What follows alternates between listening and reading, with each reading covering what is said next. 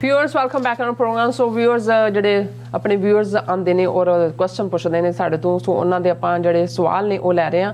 ਸੋ ਇਸ ਬਾਰੇ ਆਪਾਂ ਵਿਚਾਰ ਚਰਚਾ ਕਰਨ ਜਾ ਰਹੇ ਹਾਂ। ਸੋ ਅਸੀਂ ਚਾਹਾਂਗੇ ਕਿ ਤੁਸੀਂ ਇਸੇ ਤਰ੍ਹਾਂ ਬਣੇ ਰਹਿਣਾ, ਦੇਖਣ ਸੁਣਨੀਆਂ ਲਿਖਣ ਲਈ ਤੁਹਾਡਾ ਸਭ ਦਾ ਬਹੁਤ ਬਹੁਤ ਸ਼ੁਕਰੀਆ ਜੀ। ਡਾਕਟਰ ਸਾਹਿਬ ਕਿਹੜੇ ਸਵਾਲ ਨੇ ਔਰ ਤੁਹਾਡੇ ਜਵਾਬ ਜੀ। ਉਸ ਤੋਂ ਪਹਿਲਾਂ ਅਸੀਂ ਜਿਹੜੇ ਸਾਡੇ ਵੀਰ ਭੈਣਾਂ ਫੇਸਬੁੱਕ ਰਾਹੀਂ ਸਾਡੇ ਨਾਲ ਜੁੜੇ ਨੇ ਉਹਨਾਂ ਨੂੰ ਰੈਕਗਨਾਈਜ਼ ਅਸੀਂ ਕਰਨਾ ਚਾਹੁੰਦੇ ਹਾਂ। ਸਰ ਜਗਦੀਪ ਸਿੰਘ ਸੰਧੂ ਤੁਹਾਨੂੰ ਮੈਨੂੰ ਫਤਿਹ ਅਰਜ਼ ਕਰਦੇ ਨੇ। ਇਸੇ ਤਰ੍ਹਾਂ ਦਵਿੰਦਰ ਸੰਧੂ, ਬਲਦੇਵ ਸਿੰਘ ਬਾਜਵਾ ਲਿਖਦੇ ਨੇ ਫਤਿਹ ਔਰ ਨਾਲ very good information, God bless you, ਬਹੁਤ ਸ਼ੁਕਰੀਆ ਬਾਜਵਾ ਸਾਹਿਬ। ਹਰਜਿੰਦਰ ਗਿੱਲ, ਦਵਿੰਦਰ ਸੰਧੂ, ਧਰਮਿੰਦਰ ਸਿੰਘ ਇਹ ਵਾਹਿਗੁਰੂ ਜੀ ਔਰ ਫਤਿਹ ਅਰਜ਼ ਕਰਦੇ ਨੇ। ਰਾਜਵਿੰਦਰ ਸਿੰਘ ਫਤਿਹ ਬੁਲਾ ਕੇ ਕਹਿੰਦੇ ਨੇ who knows better than killer Modi what attack is? Attack is what happened under his watch in Gujarat and attack on our Darbar Sahib. No, not protest signs on walls. ਹੁਣ ਜਦੋਂ ਇਹ ਵੈਂਡਲਾਈਜ਼ ਅਟੈਕ ਕਹਿੰਦੇ ਨੇ ਬਿਲਕੁਲ ਠੀਕ ਹੈ ਰਾਜਵਿੰਦਰ ਸਿੰਘ ਉਹਨਾਂ ਨੇ। ਅਟੈਕ ਉਹ ਹੁੰਦਾ ਜੋ ਗੁਜਰਾਤ ਮੁਸਲਮਾਨਾਂ ਤੇ ਹੋਇਆ, ਜੋ ਸਾਡੇ ਦਰਬਾਰ ਸਾਹਿਬ ਤੇ ਹੋਇਆ, ਜੋ ਨਵੰਬਰ 'ਚ ਹੋਇਆ ਔਰ ਜੋ ਹੁਣ ਜੋ ਜਿਵੇਂ ਸਿੱਖਾਂ ਦੇ ਖਿਲਾਫ ਨਸਲਕੁਸ਼ੀ ਦੀ ਲਾਈਨ। ਇਸੇ ਤਰ੍ਹਾਂ ਭੈਣ ਜੀ ਬਲਪ੍ਰੀਤ ਕੌਰ ਸਰਨ ਕਹਿੰਦੇ ਨੇ 11th March world wide Sikh flag Nishan Sahib day, lucky to share my baby, lucky to share my birthday on same day. ਵਾਹ ਵਾਹ, ਬਹੁਤ ਬਹੁਤ ਮੁਬਾਰਕਾਂ ਭੈਣ ਜੀ। ਕਿਉਂਕਿ ਪਿਛਲੇ ਦਿਨਾਂ ਜਦੋਂ ਅਸੀਂ ਸਰ ਕਪੂਰ ਸਿੰਘ ਉਹਨਾਂ ਦੇ ਜਨਮ ਦਿਨ ਦੀ ਗੱਲ ਕੀਤੀ ਤੇ ਸਾਡੇ ਭੈਣ ਜੀ ਪ੍ਰੀਤ ਕੌਰ ਉਹਨਾਂ ਨੇ ਕਿਹਾ ਮੇਰੇ ਬੇਟੇ ਦਾ ਜਨਮ ਵੀ ਇਸੇ ਦਾ ਕਿ ਵੀ ਉਹਦੇ ਵਰਗੀ ਉਹਦੇ 'ਚ ਵੀ ਕੁਛ ਆ ਜਾਏ। ਸੋ ਇਹ ਵਾਕਈ ਤੁਸੀਂ ਜਿਵੇਂ ਬਲਪ੍ਰੀਤ ਕੌਰ ਜੀ ਝੰਡਾ ਬਰਦਾਰ ਹੋ, ਇਹ ਤੁਹਾਡਾ ਜਨਮ ਦਿਨ ਠੀਕ ਦਿਨ ਹੀ ਹੋਇਆ। ਇਹ ਹਿਸਟੋਰੀਕਲ ਮੂਮੈਂਟ ਹੈ ਉਹ ਜਿਹੜੀ 11 ਮਾਰਚ 1783 ਦੀ। Dharminder Singh game for next election 2024 ਬਿਲਕੁਲ। ਗੁਰਸਿੱਖ ਢਿੱਲੋਂ, ਅਰਜਨ ਸਿੰਘ, ਮਨਜੀਤ ਕੌਰ, ਲਵ ਸਿੰਘ ਗੁਰਸਿੱਖ ਢਿੱਲੋਂ ਫਿਰ ਉਹਨਾਂ ਨੇ ਲਿਖਿਆ ਡਾਕਟਰ ਸਾਹਿਬ ਜੀ ਭਾਰਤ ਮਾਤਾ ਵਾਲੇ ਜੇ ਸੰਤਾਂ ਦੀ ਫੋਟੋ ਤੋਂ ਹੀ ਡਰੀ ਜਾਂਦੇ ਨੇ, ਜੇ ਕਿਤੇ ਸੰਤ ਪਿੰਡਰਾਂ ਵਾਲੇ ਇਹਨਾਂ ਦੇ ਸਾਹਮਣੇ ਆ ਜਾਣ ਤਾਂ ਇਹਨਾਂ ਦਾ ਫਿਰ ਕੀ ਹਾਲ ਹੋਊਗਾ ਤੁਸੀਂ ਸੋਚ ਵੀ ਨਹੀਂ ਸਕਦੇ। ਉਹ ਉਹੀ 40 ਸਾਲ ਬਾਅਦ ਵੀ ਉਹਨਾਂ ਨੂੰ ਅੰਮ੍ਰਿਤਪਾਲ ਸਿੰਘ ਜੋ ਵੀ ਰਿਫਲੈਕਸ਼ਨ ਨਜ਼ਰ ਆਉਂਦੀ ਉਹਦੇ ਤੋਂ ਵੀ ਡਰਦੇ ਨੇ। ਔਰ ਇਸੇ ਤਰ੍ਹਾਂ ਭੈਣ ਜੀ ਨੇ ਫਿਰ ਫਤਿਹ ਲਿਖੀ ਹੈ ਗੁਰਦੀਪ ਸਿੰਘ ਔਰ ਸ਼ਾਹਬੀਰ ਵੜੈਚ ਸ਼ਫੀ 6 ਮਿਸ ਦਾ ਬਸ। ਇਹ ਬਿਲਕੁਲ ਤੁਸੀਂ ਠੀਕ ਹੈ, ਪਰ ਹੁਣ ਅਸੀਂ ਇਹ ਤਾਂ ਨਹੀਂ ਨਾ ਵੀ ਇਸੇ ਤੇ ਹੀ ਸੰਤਾਪ ਕਰੀਏ। ਹੁਣ ਨਵੀਂ ਬੱਸ ਵੀ ਚੜ੍ਹਨੀ ਹੈ, ਉਹ ਅਸੀਂ ਚੜ੍ਹ ਜਾਣੀ ਹੈ, ਤੁਸੀਂ ਫਿਕਰ ਨਾ ਕਰੋ ਵੜੈਚ ਸਾਹਿਬ, ਤੁਸੀਂ ਸਾਡਾ ਸਾਥ ਦਿਓ ਮਾੜਾ ਮੋਟਾ, ਅਸੀਂ ਨਵੀਂ ਬੱਸ ਲੈ ਲੈਣੀ ਹੈ। ਔਰ ਸ਼ਾਬੀਰ ਵੜੈਚ ਉਹਨਾਂ ਨੇ ਵੈਸੇ ਇੱਕ ਫਿਰ ਹੋਰ ਸੱਚ ਵੀ ਲਿਖਿਆ, ਇਹ ਸਿਰਫ ਛਿੱਤਰ ਨੂੰ ਹੀ ਮੰਨਦੇ ਨੇ ਜਿਵੇਂ ਪਿੰਡਾਂ ਵਾਲੇ ਨੇ ਇਹਨਾਂ ਨੂੰ ਮਾਰੀ, ਪਰ ਤੁਹਾਡੇ ਆਪਣੇ ਹੀ ਇਕੱਠੇ ਨਹੀਂ ਨੇ। ਇਹ ਵੀ ਇੱਕ ਦੁਖਾਂਤ ਹੈ। ਔਰ ਵੀਰ ਜਸਪੀਰ ਸਿੰਘ ਲਿਖਦੇ ਨੇ ਕਿ Indian diplomacy backfoot because referendum Khalistan is democratic smart process। ਬਿਲਕੁਲ ਠੀਕ ਹੈ ਭਾਈ ਜਸਪੀਰ ਸਿੰਘ ਜੀ। ਜਿਹੜਾ ਆਸਟ੍ਰੇਲੀਆ ਦੇ ਵਿੱਚ ਵੀ ਇੰਨਾ ਇਹਨਾਂ ਨੇ ਰਾਮ ਰੌਲਾ ਪਾਇਆ ਹੋਇਆ, ਇਸ ਦੀ ਵੱਡੀ ਵਜ੍ਹਾ ਜਿਹੜੀ ਹੈ ਉਹ ਖਾਲਿਸਤਾਨ ਰੈਫਰੈਂਡਮ, ਉਹ ਮੈਲਬਰਨ ਦੇ ਵਿੱਚ, ਬ੍ਰਿਸਬੇਨ ਔਰ ਹੁਣ ਸਿਡਨੀ ਨਜ਼ਰ ਆ ਰਿਹਾ ਹੈ। ਸੋ ਸਭ ਦਾ ਬਹੁਤ ਬਹੁਤ ਸ਼ੁਕਰੀਆ। ਅਸੀਂ ਕੋਸ਼ਿਸ਼ ਕਰਦੇ ਹਾਂ ਹੁਣ ਵੈਸੇ ਰੋਜ਼ਾਨਾ ਪ੍ਰੋਗਰਾਮ 'ਚ ਵੀ ਕਿਸੇ ਦੇ ਕਮੈਂਟ 'ਚੋਂ ਜਿਹੜਾ ਹੈ ਉਹ ਕੋਈ ਨਾ ਕੋਈ ਟੌਪਿਕ ਡਿਸਕਸ ਕਰ ਲੈਂਦੇ। ਪਰ ਮੈਂ ਸਾਡੇ ਵੀਰ ਕੁੰਦਨ ਸਿੰਘ ਐਡਮਿੰਟਨ ਤੋਂ ਉਹਨਾਂ ਨੇ ਮੈਸੇਜ ਲਿਖਿਆ ਸੀ ਕਿ ਡਾਕਟਰ ਅਮਰਜੀਤ ਸਿੰਘ ਜੀ ਤੁਸੀਂ ਬਹੁਤ ਸੂਝਵਾਨ ਅਤੇ ਪੁਰਾਣੇ ਖਾਲਿਸਤਾਨੀ ਹੋ।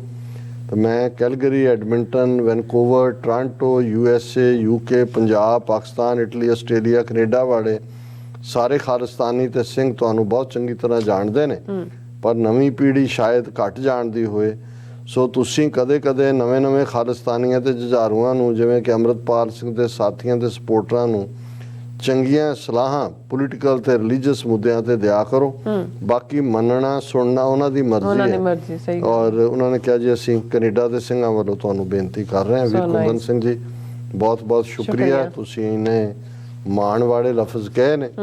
ਅਸੀਂ ਤਾਂ ਹੋਰ ਕੰਮ ਵੀ ਹੁਣ ਕੀ ਕਰ ਸਕਦੇ ਹਾਂ, ਬੁੱਢੇ ਬਾਰੇ ਆ ਕੇ ਸਲਾਹ ਹੀ ਦੇ ਸਕਦੇ ਹਾਂ। ਪਰ ਇਹ ਤਾਂ ਹੁਣ ਜਿਵੇਂ ਤੁਸੀਂ ਕਿਹਾ ਸੁਣਨਾ ਮੰਨਣਾ ਉਹਨਾਂ ਦਾ ਕੰਮ ਹੈ। ਜੇ ਉਹਨਾਂ ਨੂੰ ਲੱਗਿਆ ਕਿ ਭਾਈ ਇਹ ਤਾਂ ਚੱਲੇ ਕਾਰਤੂਸ ਨੇ, ਫਿਰ ਵੀ ਅਸੀਂ ਕਹਿੰਦੇ ਵੀ ਖਾਲੀ ਕਾਰਤੂਸਾਂ ਵਾਲੀ ਪੇਟੀ ਇੱਕ ਬਣਾ ਲਓ ਤਾਂ ਕਿ ਦੁਸ਼ਮਣ ਨੂੰ ਦਿਖਾਉਣ ਲਈ ਖੜਕਾਓਗੇ ਇੰਨੇ ਕਾਰਤੂਸ ਤਾਂ ਸਾਡੇ ਕੋਲ ਹੈਗੇ ਨੇ।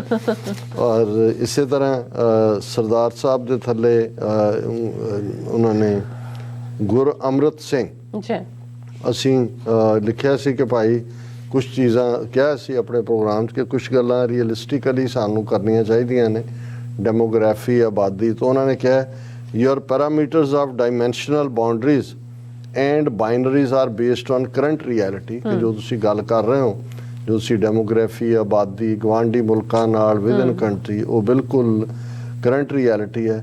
No doubt it's logical but future boundaries are uncertain. कि भी फ्यूचर दियाँ की बाउंड्रीज कित्थे बन गईयां वो अनसर्टन है। और इसे तरह जड़ा वाइब्रेशनस ने जड़ियाँ कि उत्थे चेंज दियाँ ने सारे पासे, और उहदे च नवीं बाउंड्रीज भी जड़ियाँ ने बन सकदियां ने। और इस वेले जड़ा ये loud and blunt voice of Khalsa Raj sovereignty on center stage surrounded by efforts of diaspora 6 means a lot. Somewhat it's not right time to play open, but we should be very careful. So ਉਹਨਾਂ ਨੇ ਬਿਲਕੁਲ ਠੀਕ ਕਿਹਾ ਕਿ ਬੇਸ਼ੱਕ ਸਾਨੂੰ ਜਦੋਂ ਅਸੀਂ ਅੱਜ ਗੱਲ ਕਰਦੇ ਹਾਂ ਉਹ ਗਰਾਊਂਡ ਰਿਐਲਿਟੀ ਦੇ ਵਿੱਚ ਹੀ ਕਰਨੀ ਚਾਹੀਦੀ ਹੈ। ਬਾਕੀ ਭਵਿੱਖ ਦੇ ਗਰਭ 'ਚ ਕੀ ਹੈ ਕਿਸੇ ਨੂੰ ਨਹੀਂ ਪਤਾ ਹੈ, ਕੌਣ ਕੀ ਹੋਏਗਾ, ਕਿੱਧਰ ਨੂੰ ਜਾਏਗਾ, ਚਾਈਨਾ ਇਹਨਾਂ ਨਾਲ ਕੀ ਕਰੇਗਾ, ਇਹਨਾਂ ਦਾ ਅੱਗੋਂ ਕੀ ਹਾਲ ਹੋਏਗਾ। ਔਰ ਹੋ ਸਕਦਾ ਹੈ ਗਿਆਨੀ ਹਰਪ੍ਰੀਤ ਸਿੰਘ ਦੀ ਬਦ ਦੁਆ ਹੀ ਕੰਮ ਆਏ ਕਿ ਵੀ ਜੀ ਤੁਸੀਂ ਸਾਡੀ ਪਾਰਲੀਮੈਂਟ ਤੋੜੀ, ਰੱਬ ਤੁਹਾਡੀ ਪਾਰਲੀਮੈਂਟ ਤੋਂ ਅਸੀਂ ਬਦ ਦੁਆ ਦਿੰਦੇ ਹਾਂ। ਪਰ ਉਹ ਦੇਣ ਬਦ ਦੁਆ ਨਾ ਦੇਣ, ਖਾਲਸੇ ਨੇ ਆਪਣਾ ਰਾਜ ਭਾਗ ਕਾਇਮ ਕਰਨਾ ਹੀ ਹੈ ਦਰਿਆ ਜਮਨਾ ਤੋਂ ਵਾਘਾ ਤੱਕ। ਔਰ ਫਿਰ ਇਸੇ ਤਰ੍ਹਾਂ ਗੁਰਚਰਨ ਸਿੰਘ ਬਸਿਆਲਾ ਉਹਨਾਂ ਨੇ ਜਿਹੜਾ ਕਮੈਂਟ ਲਿਖਿਆ ਸੀ ਕਿ ਇਹ ਬਜ਼ੁਰਗ ਪੱਤਰਕਾਰ, ਸਾਨੂੰ ਉਹਨਾਂ ਨੇ ਬਜ਼ੁਰਗ ਵੀ ਕਿਹਾ ਪੱਤਰਕਾਰ, ਆਪਣੇ ਜੀਵਨ ਦੇ ਤਜਰਬੇ ਨੂੰ ਮੁੱਖ ਰੱਖ ਕੇ ਪੰਜਾਬ ਅਤੇ ਕੌਮ ਨੂੰ ਸਹੀ ਅਗਵਾਈ ਦੇਣ ਦਾ ਗੰਭੀਰ ਵਿਸ਼ਲੇਸ਼ਣ ਕਰ ਰਹੇ ਹਨ। ਪੰਜਾਬ ਦੇ ਲੋਕਾਂ ਖਿਲਾਫ ਸਿਰਜੇ ਜਾ ਰਹੇ ਅਣਕਿਆਸੇ ਨੈਰੇਟਿਵ ਸੰਬੰਧੀ ਅਗੇਰੀ ਚੇਤਾਵਨੀ ਪੰਜਾਬ ਨੂੰ ਅਤੇ ਸਿੱਖ ਕੌਮ ਨੂੰ ਸਮੇਂ ਸਿਰ ਸਮਝਣ ਤੇ ਵਿਚਾਰਨ ਦੀ ਸਖਤ ਲੋੜ ਹੈ। ਉਹਨਾਂ ਨੇ ਕਿਹਾ ਜੀ ਇਹਨਾਂ ਦੀ ਗੱਲ ਸੁਣ ਲਓ, ਪਰ ਕੋਈ ਨਹੀਂ, ਉਹ ਤਾਂ ਬਹੁਤੀ ਵਾਰੀ ਘਰਦੇ ਨਹੀਂ ਸੁਣਦੇ, ਕਿਸੇ ਨੂੰ ਹੋਰ ਕੀ ਸੁਣਾਉਣਾ ਹੁੰਦਾ। ਪਰ ਬਹੁਤ ਬਹੁਤ ਸ਼ੁਕਰੀਆ ਗੁਰਚਰਨ ਸਿੰਘ ਜੀ ਦਾ।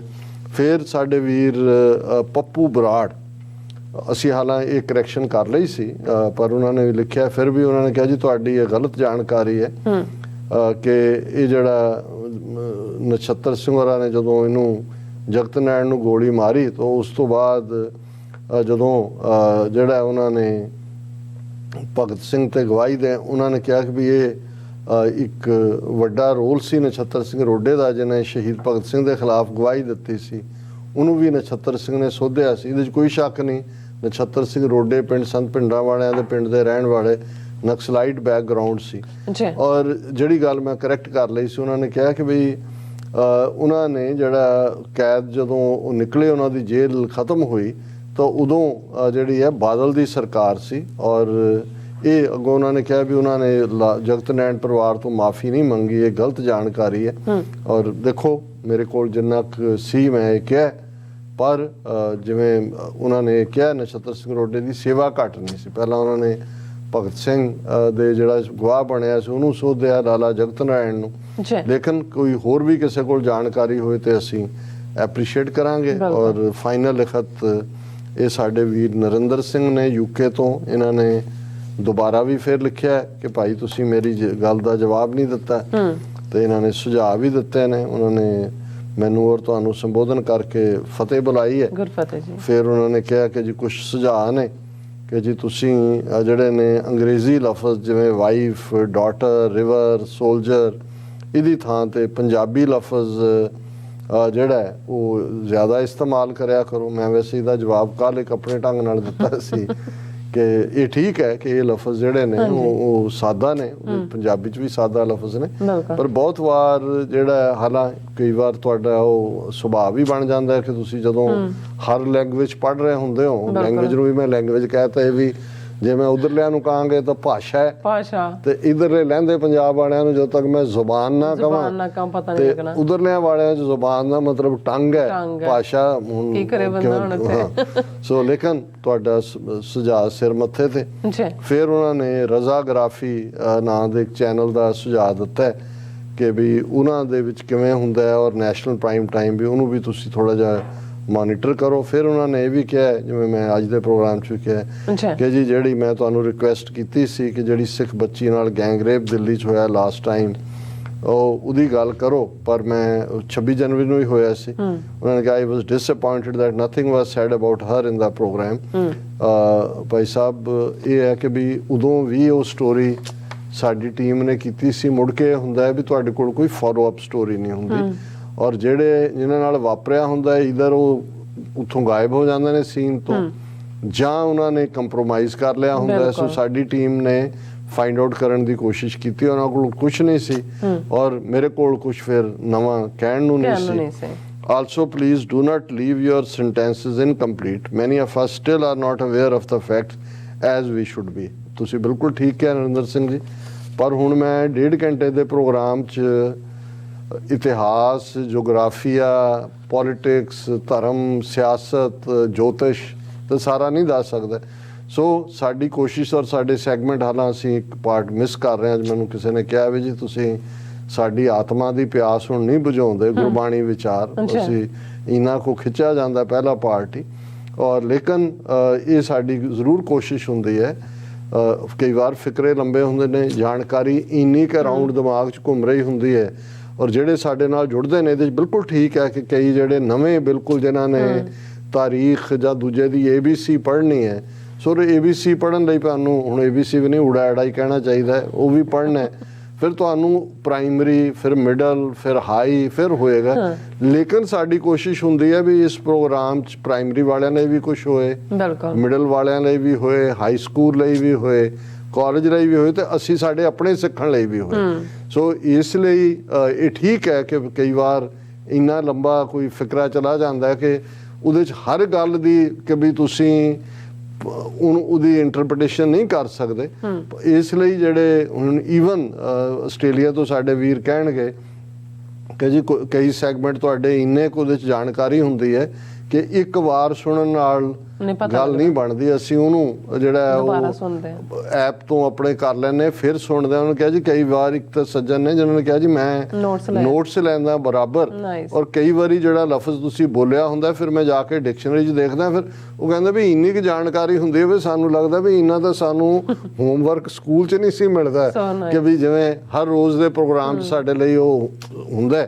ਸੋ ਵੀਰ ਨਰਿੰਦਰ ਸਿੰਘ ਜੀ ਬਹੁਤ ਸ਼ੁਕਰੀਆ, ਤੁਸੀਂ ਸੁਣਦੇ ਵੀ ਉਹ ਪ੍ਰੋਗਰਾਮ, ਸੁਝਾਅ ਵੀ ਦਿੱਤੇ, ਫਿਰ ਤੁਸੀਂ ਇਸ ਗੱਲ ਨੂੰ ਯਕੀਨੀ ਵੀ ਬਣਾਇਆ ਕਿ ਭਾਈ ਜਿਹੜਾ ਇਹ ਸਾਡੇ ਤੱਕ ਸੁਝਾਅ ਪਹੁੰਚਣ। ਅਸੀਂ ਤੁਹਾਡਾ ਰਿਗਾਰਡ ਕਰਦੇ ਹਾਂ ਹਰ ਇੱਕ ਦਾ ਹੀ ਜਿਹੜਾ ਵੀ ਸਾਨੂੰ ਕੋਈ ਸੁਝਾਅ ਦਿੰਦਾ, ਪਰ ਕੁਝ ਚੀਜ਼ਾਂ ਸਾਡੇ ਸਾਹਮਣੇ, ਜਿਵੇਂ ਮੈਂ ਕਿਹਾ ਵੀ ਜੇ ਤਾਂ ਅਸੀਂ ਗੁਰਦੁਆਰੇ ਦੇ ਵਿੱਚ ਖਲੋ ਕੇ ਐਡਰੈਸ ਕਰਨਾ ਹੋਏ, ਫਿਰ ਸਾਡੇ ਸਾਹਮਣੇ ਆਪਣੀ ਆਡੀਅנס ਹੁੰਦੀ ਹੈ ਜਿਨ੍ਹਾਂ ਨੂੰ ਸਿੱਖ ਇਤਿਹਾਸ ਵੀ ਪਤਾ ਹੈ ਦੂਸਰਾ, ਕਿਉਂਕਿ ਇਸ ਪਲੇਟਫਾਰਮ ਨੂੰ ਜਿਸ ਦੇ ਲਈ ਆਪਣੇ ਵੀ ਨੇ, ਸਾਡੇ ਪਾਕਿਸਤਾਨੀ ਭੈਣ ਭਰਾ ਵੀ ਨੇ, ਔਰ ਸਭ ਤੋਂ ਅਹਿਮ ਜਿਹੜਾ ਸਾਡੇ ਲਿਸਨਰ ਨੇ ਉਹ ਸਾਡਾ ਦੁਸ਼ਮਣ ਹੈ।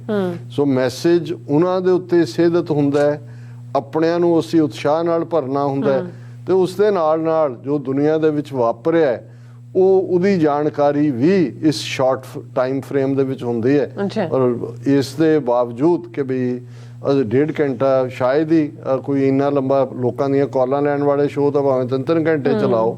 ਸੋ ਇਸ 1.5 ਘੰਟੇ ਦੇ ਲਈ ਬਹੁਤ ਸਾਰਿਆਂ ਦਾ ਐਫਰਟ, ਜਿਹੜੇ ਸਾਡੇ ਵਿਊਅਰ ਆਪਣੇ ਤੌਰ ਦੇ ਉੱਤੇ ਵੀ ਸਾਨੂੰ ਸਟੋਰੀਜ਼ ਭੇਜਦੇ ਨੇ, ਅਸੀਂ ਸਭ ਦਾ ਸ਼ੁਕਰੀਆ ਅਦਾ ਕਰਦੇ।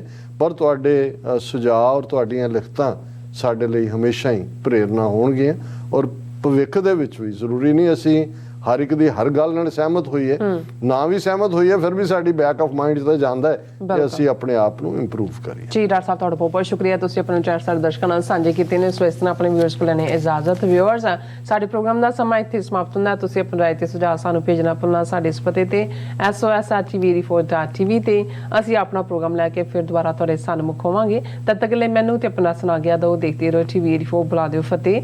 ਵਾਹਿਗੁਰੂ ਜੀ ਕਾ ਖਾਲਸਾ, ਵਾਹਿਗੁਰੂ ਜੀ ਕੀ ਫਤਿਹ। ਰੱਬ ਰਾਖਾ।